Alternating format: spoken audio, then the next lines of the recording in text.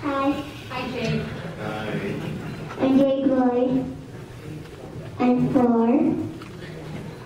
I live in Penokee.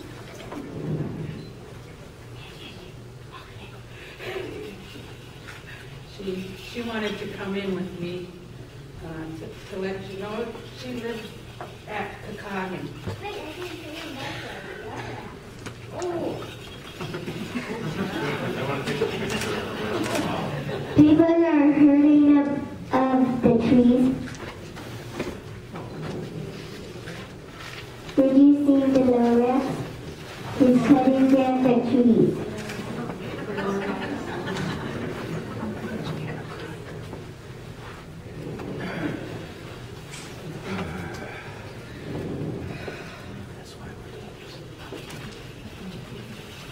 Thank you very much.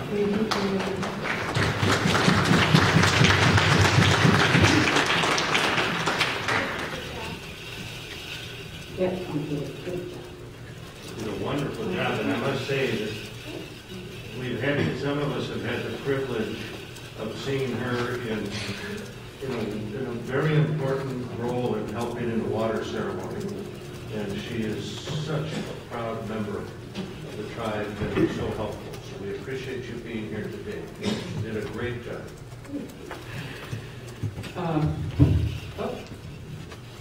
Bonjour.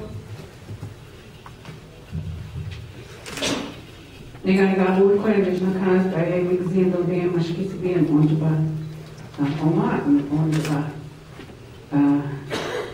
na soma deu bem, they want to pay it out. Again, my name is Edith Leoso. I'm of the Eagle clan. I am from here, right where everybody's been talking about the Kakagan Slough.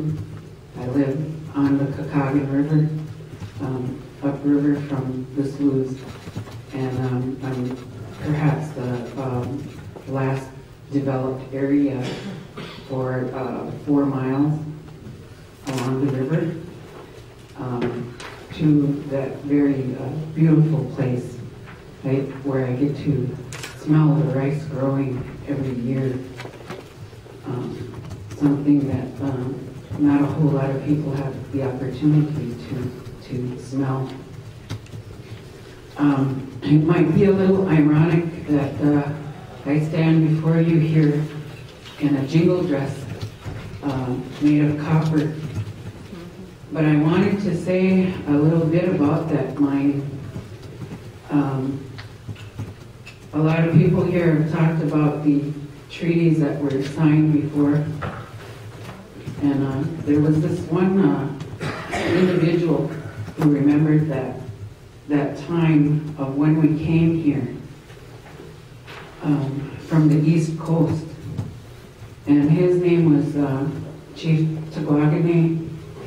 And Chief Tawagane lived right up at the end of MacArthur Avenue here, was his village. And with him, his family brought a copper plate with them. And that copper plate they had etched along the rim of it for every generation that had been here since they came since their family came to this area. And it was the 3rd generation that there was an etch for that generation, but also a man with a top hat on there, indicating the coming of the Europeans. Now, some might say that there are no mines here, but there are mines all along here.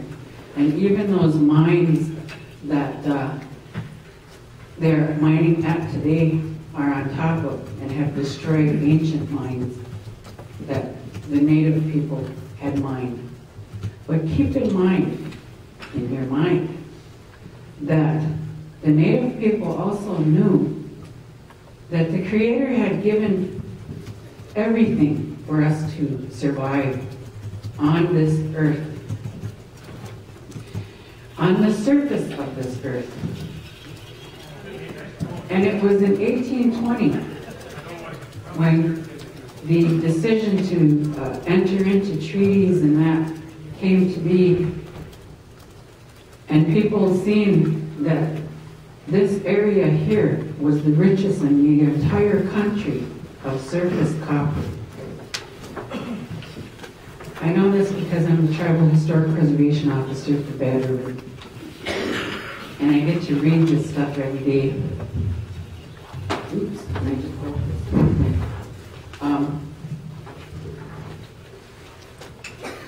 So we know that those mines that we did, they were natural fissures in the land. That the copper was right on the surface of the earth. The silver was right on the surface of the earth in this area. And in 1820, they recognized that and came here and decided to try and mine as much as they could. When that treaty came along, the 1837 and 1842 treaties, the 1842 known as the Copper Treaty, those two treaties had to deal with mining. And in those two treaties, they are probably the least documented treaties there are out of all of them. You cannot find a whole lot of information verbatim that was discussed at those treaties.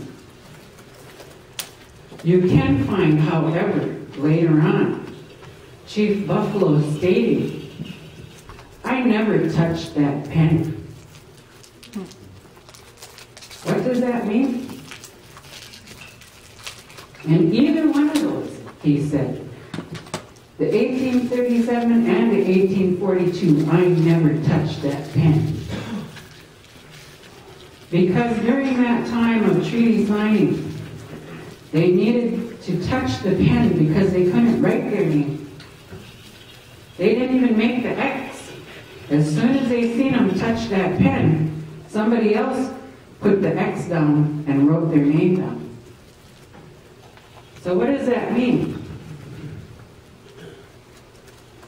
What that means is that the late Superior of Chippewa here had never touched the pen, had never given the right to extract minerals from this place. So you may want to check back a little further there. Because I'm sure that those chiefs back then, should they have known the destruction of mining, they would have never touched that pen. The destruction of mining today and what it would do to the earth. O Mama Kinan, the water, Nipe, I am sure they would have never touched that pen.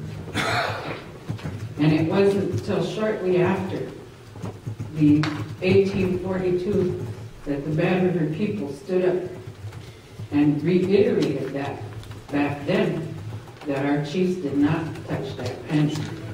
And to ensure that along the Bad River, that from far beyond the falls, all the way out to the lake, that it would be insured for us.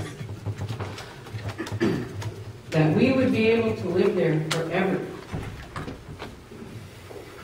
As long as we behaved. Okay. We'll not go there. But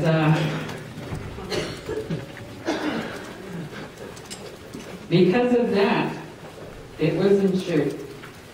Bad River Reservation was developed. And the key words there is we would be allowed to live.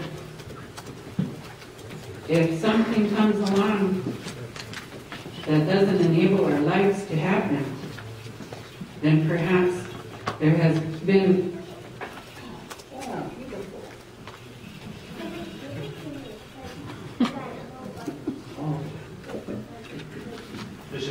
important conversation. Perhaps there has been a violation of our treaty. And with that, I want to say there's other important stickers I have to look at.